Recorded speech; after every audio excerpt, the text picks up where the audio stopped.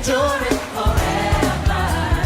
Lord, you are good, yeah. Lord, you are good and your mercy endureth forever.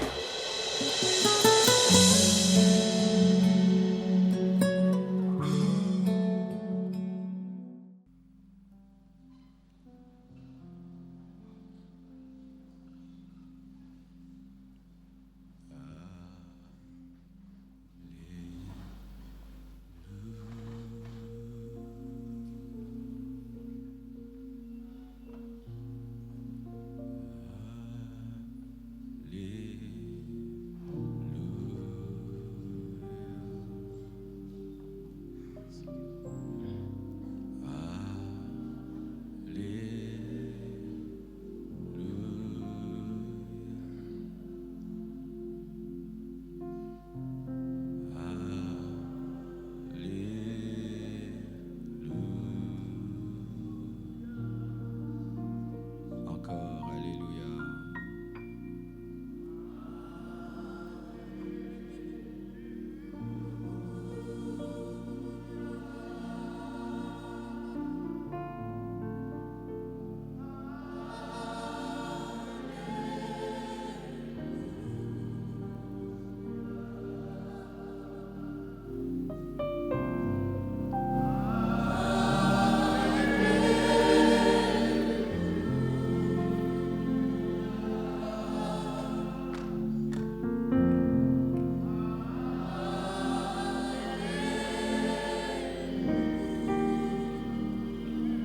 Encore, alléluia.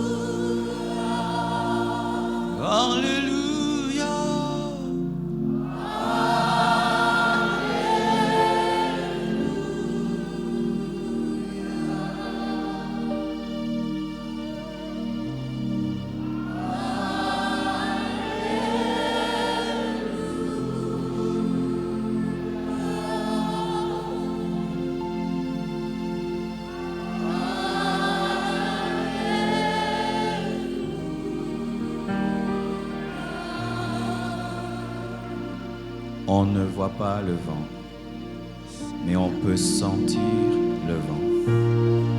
On ne voit pas Dieu, mais on peut sentir Dieu.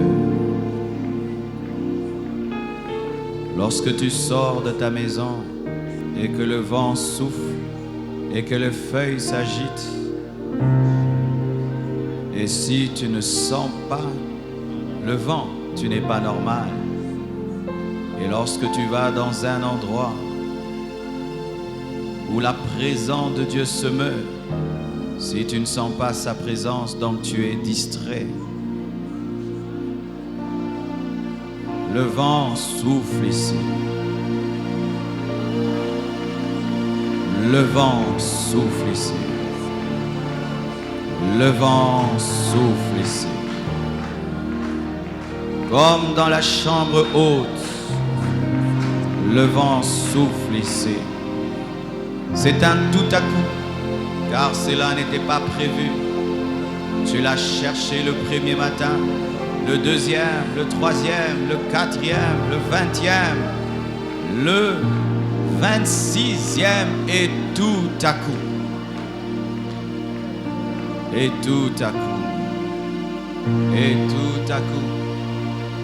Prépare-toi à un tout à coup avec l'onction, un tout à coup avec ta délivrance, un tout à coup avec ta guérison, un tout à coup avec la prophétie de ta vie, un tout à coup avec ta restauration, un tout à coup avec ton impactation, un tout à coup avec un nouveau départ, un tout à coup avec une fraîche onction, un tout à coup avec un don spirituel, un tout à coup avec l'apparition d'un ange, un tout à coup avec l'apparition de Jésus.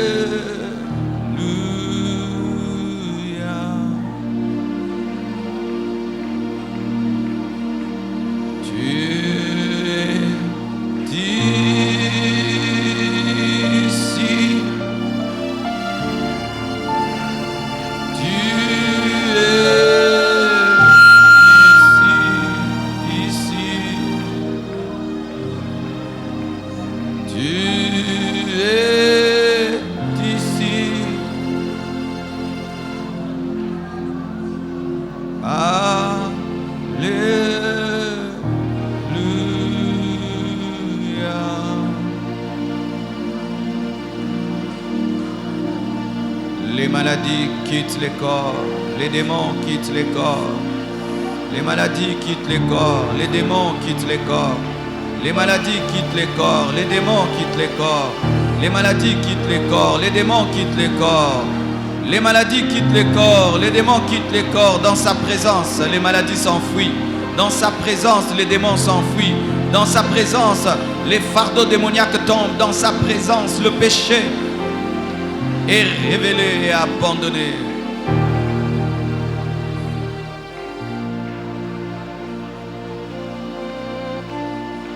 Touche ma vie, touche ma vie. Si depuis que nous avions commencé les 30 matins, tu n'as pas prié en profondeur, c'est aujourd'hui. C'est aujourd'hui.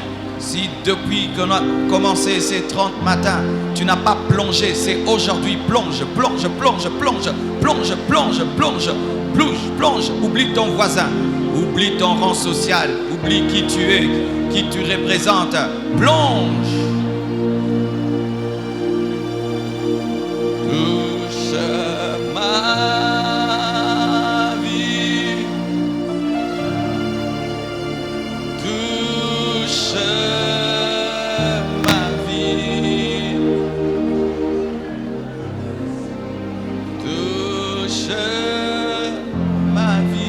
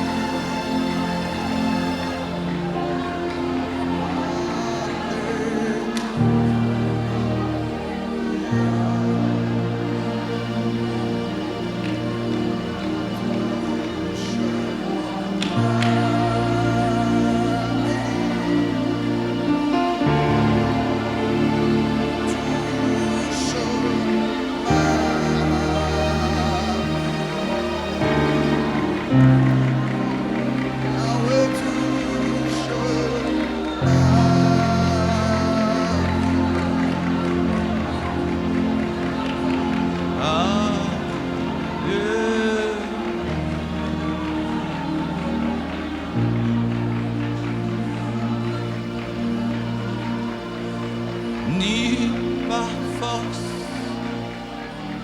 ni par puissance, mais par ton esprit. C'est par ton esprit,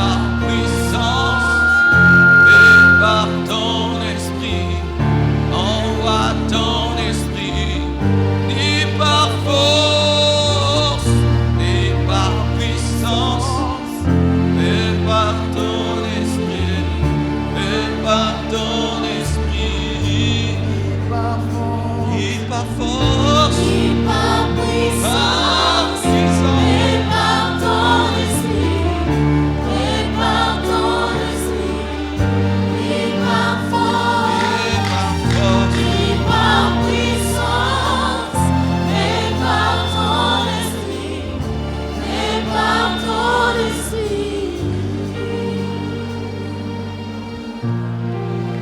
oh gloire.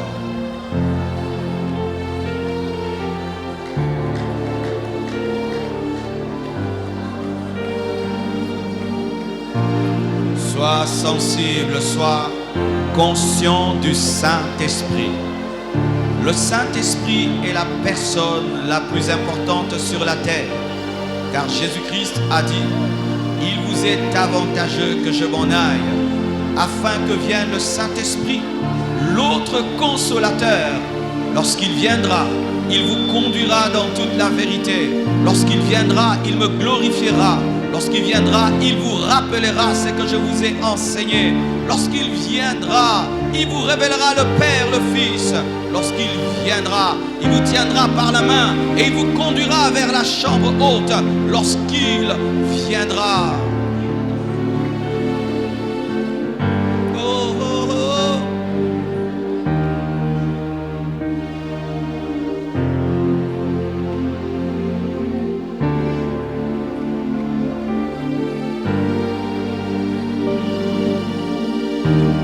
Dieu est en train de bouleverser ta vie. Il est en train de bouleverser ta vie. Plus jamais le même. Plus jamais le même. Plus jamais le même. Je t'aime Seigneur, je te désire. Sois le bienvenu ce matin. Je te veux plus que tout ce matin. Je te désire plus que tout ce matin. Je te veux dans ces 30 matins. Je te veux aujourd'hui dans ma vie. Plus que moi-même, je te veux. Plus que moi-même. Je te veux, je te veux, je te veux, je te veux. Alléluia.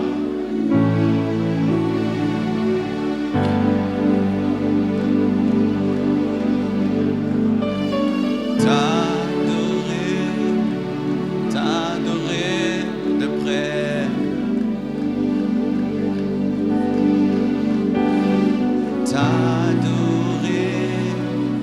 T'adorer de près.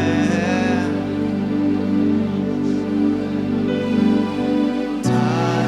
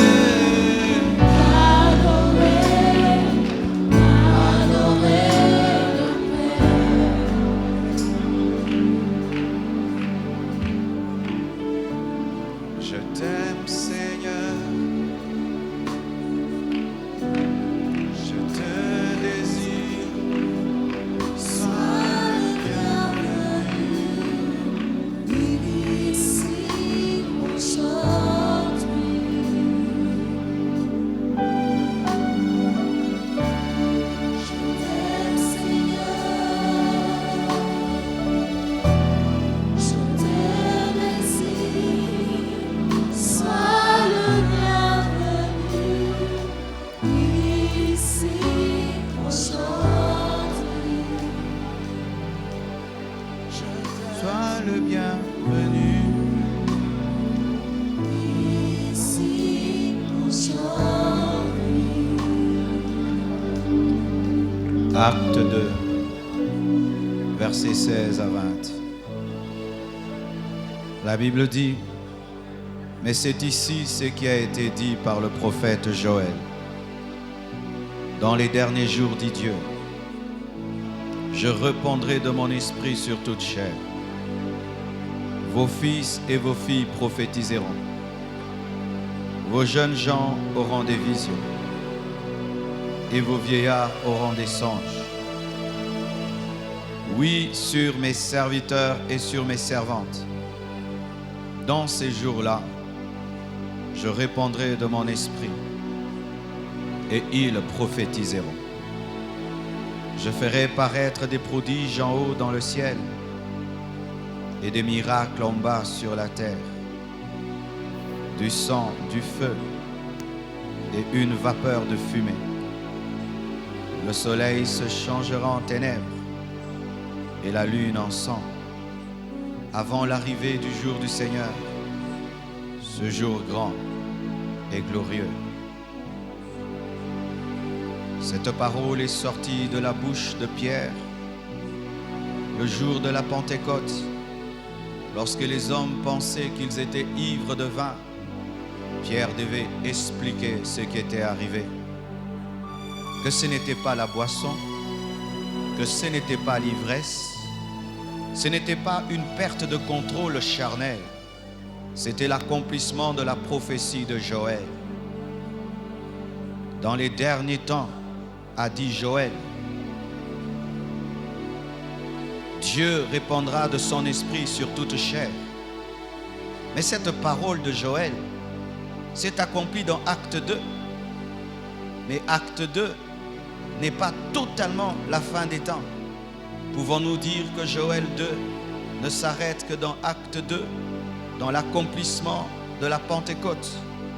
Sachez ceci, mes frères et sœurs, que certaines prophéties dans la Bible ont un double accomplissement. La prophétie de Joël 2 s'est accomplie le jour de la Pentecôte, mais cette prophétie va encore s'accomplir avant l'enlèvement de l'Église. Cette prophétie s'est accomplie avant la naissance et pour la naissance de l'Église. Et cette prophétie encore s'accomplira avant l'enlèvement de l'Église.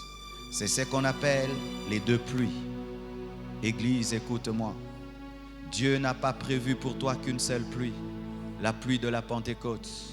Dieu a aussi prévu la seconde pluie, la pluie de l'arrière-saison. Si pour que l'Église naisse, il fallait une effusion de l'Esprit, pour que l'Église aussi soit enlevée, il faut une autre effusion de l'Esprit. La première effusion de l'Esprit a permis à Jésus de s'aimer la sémence de sa parole sur la terre. Mais à la fin, Jésus viendra comme un cultivateur pour récolter ce qu'il a planté. Et en sage cultivateur, il va encore répandre une autre pluie pour permettre à la sémence qui a été plantée lors de la première pluie de mûrir, de grandir pour être cueillie. C'est pourquoi, avant l'enlèvement de l'Église, il y aura encore une autre Pentecôte qui est plus grande que la première Pentecôte. Une Pentecôte, pas pour la naissance de l'Église, mais pour la maturité de l'épouse, pour que l'épouse soit enlevée. Elle sera accompagnée des prophéties, accompagnée des signes et des prodiges. Bientôt, très bientôt, les apparitions de Christ seront très très nombreuses, car Jésus-Christ lui-même va commencer à évangéliser même certains endroits où personne ne peut aller. Car sachez, mes frères, pour Paul, ce n'est pas Pierre qui l'a prêché, c'est Jésus-Christ lui-même qui est allé, parce que Paul était tellement dangereux que Jésus lui-même est allé. Et Jésus va commencer à apparaître dans les recoins islamiques, là où il est interdit de prêcher. Il va apparaître aux musulmans et ils vont se convertir et donner leur vie au Seigneur. Mais pas seulement cela, Dieu va donner des visions missionnaires. Dieu va donner des grandes visions. La vision, ce n'est pas seulement dormir et voir des choses, mais c'est recevoir aussi un fardeau, un grand fardeau pour les âmes, un grand fardeau pour la mission. À la fin des temps, Dieu va communiquer des fardeaux, des signes et des prodiges. Dans l'église primitive, les diacres faisaient marcher les paralytiques, ouvraient les yeux des aveugles. Étienne était un diacre. Philippe, un diacre. Et qui peut prêcher la parole et disparaître. Quel niveau, quelle dimension. À la fin des temps, les signes et les prodiges vont revenir à flot. Et ce ne sera pas seulement l'apanage des prédicateurs, des enseignants de la parole, des pasteurs. Même les nouveaux convertis ouvriront les yeux des aveugles, feront marcher les paralytiques, parce qu'il n'y a plus de temps. Mes frères et sœurs, vous devez vous attendre à cela. Il y aura des signes dans les cieux. C'est vrai à cause de la destruction de la couche d'ozone, mais pas seulement ça. Pendant que les chrétiens seront en train de prêcher, Dieu donnera des signes dans le ciel. Dieu donnera des signes dans le ciel. C'est Dieu qui a donné l'arc-en-ciel à Noé, afin de lui révéler l'alliance. Et j'aimerais vous dire, bientôt, très bientôt, dans les croisades et même dans les cultes, il y aura des signes dans le ciel, parce que Dieu va tout utiliser afin d'attirer l'attention du monde pour sauver le plus grand nombre. Ce sont les choses qui vont arriver, mes frères. Il répandra son esprit sur toute chair. Vos fils et vos filles prophétiseront. Prophétiser, c'est quoi? C'est parler de la part de Dieu. Tu n'as pas besoin d'être pasteur pour parler de la part de Dieu. Si l'Esprit de Dieu est sur toi, c'est suffisant pour que tu le fasses. Et de plus en plus, les hommes parleront de la part de Dieu, car l'Esprit de Dieu est répandu en ce temps de la fin. Écoutez, mes frères et sœurs, si pour la première pluie, les premiers chrétiens devaient aller dans une chambre haute afin de la chercher, la seconde pluie aussi réclame une chambre haute.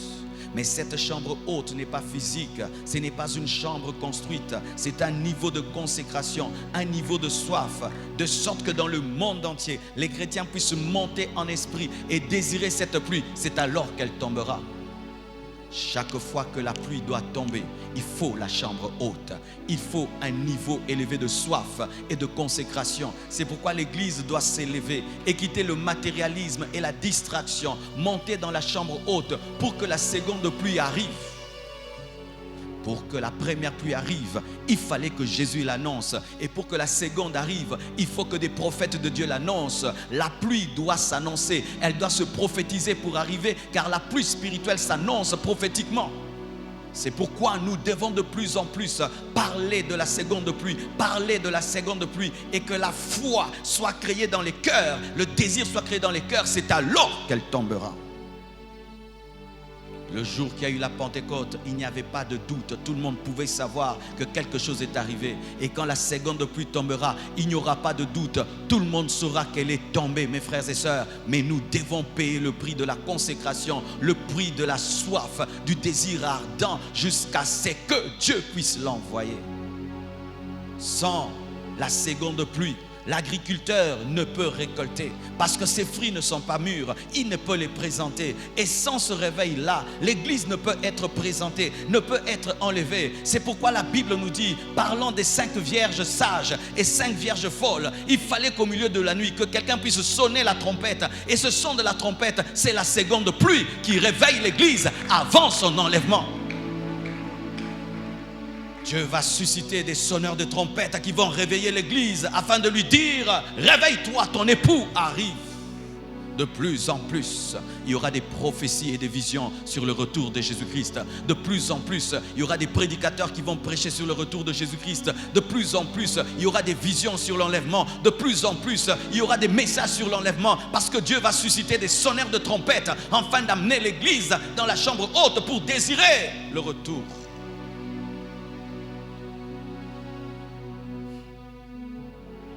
Mais écoutez ceci. Nous ne sommes pas en Afrique au hasard, mes frères. La Bible dit, dans les derniers jours, dit Dieu, je répandrai de mon esprit sur toute chair. La première pluie est tombée précisément en Israël. Elle est tombée en Israël. La première Pentecôte a eu lieu là. La deuxième sera répandue dans le monde entier. Mais il y aura une particularité pour l'Afrique. Afrique, écoute-moi, tu es dans le plan de Dieu. Et tu as toujours été dans le plan de Dieu. C'est un culte prophétique, écoutez ceci. Lorsque les ancêtres de Jésus-Christ étaient en danger et devaient mourir de faim, qui les a recueillis? C'est l'Égypte, l'Afrique. C'est l'Afrique qui a donné la nourriture à Judas pour que Judas ne meure pas et que Judas puisse engendrer David, que David puisse engendrer Salomon et que Salomon puisse engendrer Jésus. C'est l'Afrique qui a sauvé les ancêtres de Jésus-Christ lorsqu'ils allaient mourir de faim, l'Égypte.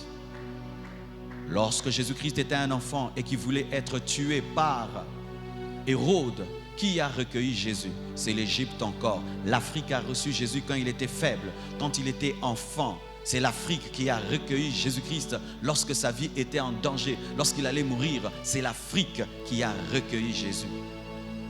Et lorsque Jésus-Christ allait à la croix, qui lui a aidé à porter la croix? C'est Simon de Cyrène, un Africain, car Cyrène, c'est la Libye. C'était un Libyen qui a aidé Jésus. Lorsque Jésus, chaque fois que Jésus a eu des problèmes dans sa vie, l'Afrique était venue.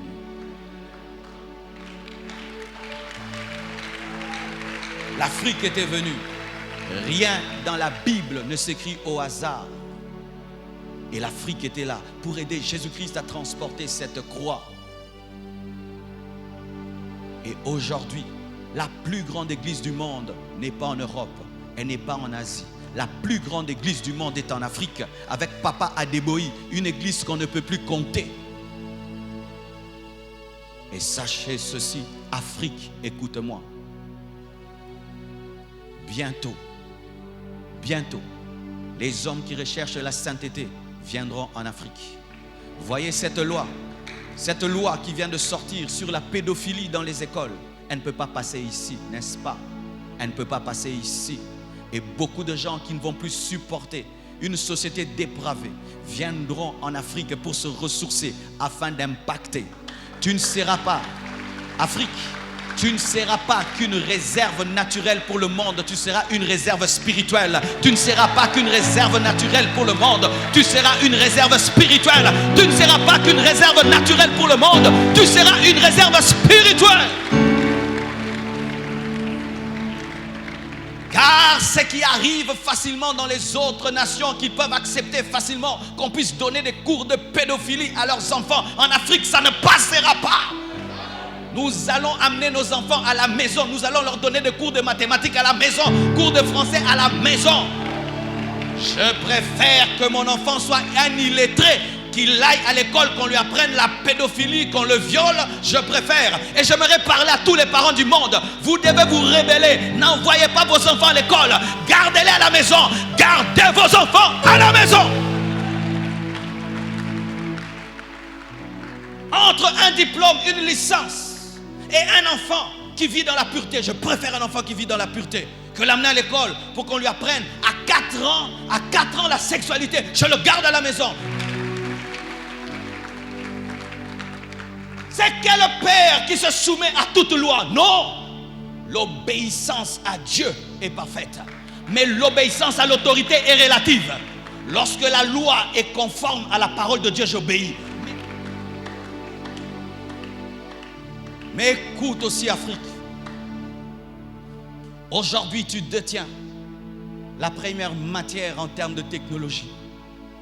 Écoute Congo, tu as le coltan. L'Antichrist a besoin de la technologie. Et l'Antichrist a besoin du coltan. Et qui a le coltan? Le Congo. Congo, tu vas jouer un grand rôle à la fin des temps. Nous avons le coltan. L'Antichrist a besoin du coltan. Personne ne peut acheter ni vendre sans avoir la marque de la bête. Mais cette technologie a besoin du coltan. Qui ont le coltan? Nous, les Congolais. Ainsi, une terre riche avec une église faible détruit la nation. L'Église doit devenir puissante, afin d'engendrer les gardiens de la terre, de peur que notre terre devienne notre malédiction. Sinon nous aurons des guerres à cause de ce que nous avons. Nous allons finir comme les peaux rouges de l'Amérique à cause de ce que nous avons. Nous allons finir comme les peaux rouges des États-Unis à cause de ce que nous avons. Frères et sœurs, le monde va venir au Congo pour deux choses. Pour ce qui est sous notre terre et sur ce qui est dans l'Église.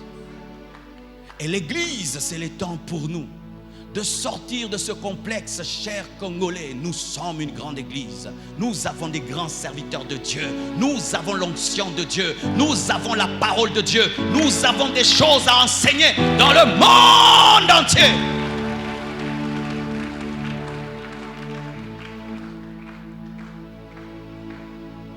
Les nations viendront en RDC prendre deux choses. Soit ce qui est sous notre terre et nous créer des guerres, soit prendre la parole qui sort de nos bouches. Mais si l'Église grandit et croît et influence la politique, nous pourrons engendrer des politiciens qui protègent la nation.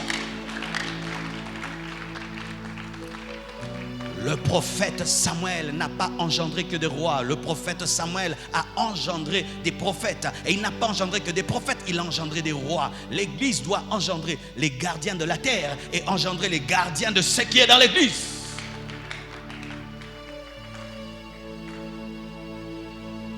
Ce matin, mes frères, vous devez comprendre que vous êtes à l'un des endroits les plus importants prophétiquement du monde.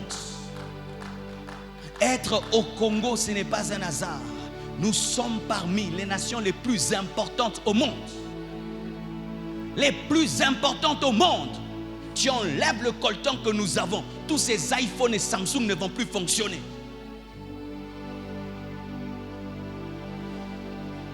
Nous n'avons pas le droit d'être distraits, mes frères. Nous n'avons pas le droit d'être une église faible. Une église charnelle, une église immature, une église qui ne prie pas, une église sans onction, sans puissance et sans sagesse. Nous n'avons pas le droit de cela. Nous avons trop reçu de Dieu, que ce soit spirituellement, que ce soit sur le plan minier. Nous avons trop reçu de Dieu et nous devons gérer cela.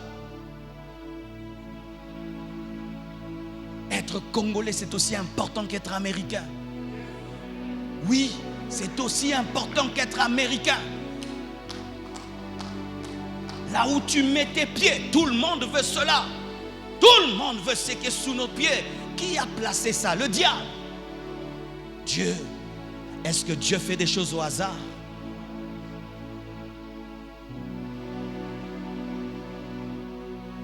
Bientôt, très bientôt, on nous respectera. Et on commence à nous respecter, mes frères. Hier, on ne respectait pas les serviteurs de Dieu du Congo. On nous respecte maintenant. On nous respecte car certains ont pris la décision d'être différents. Vous devez être des Congolais différents. Vous devez être des Congolais différents. Vous devez arrêter de maudire votre nation et vous poser la question: pourquoi j'existe là?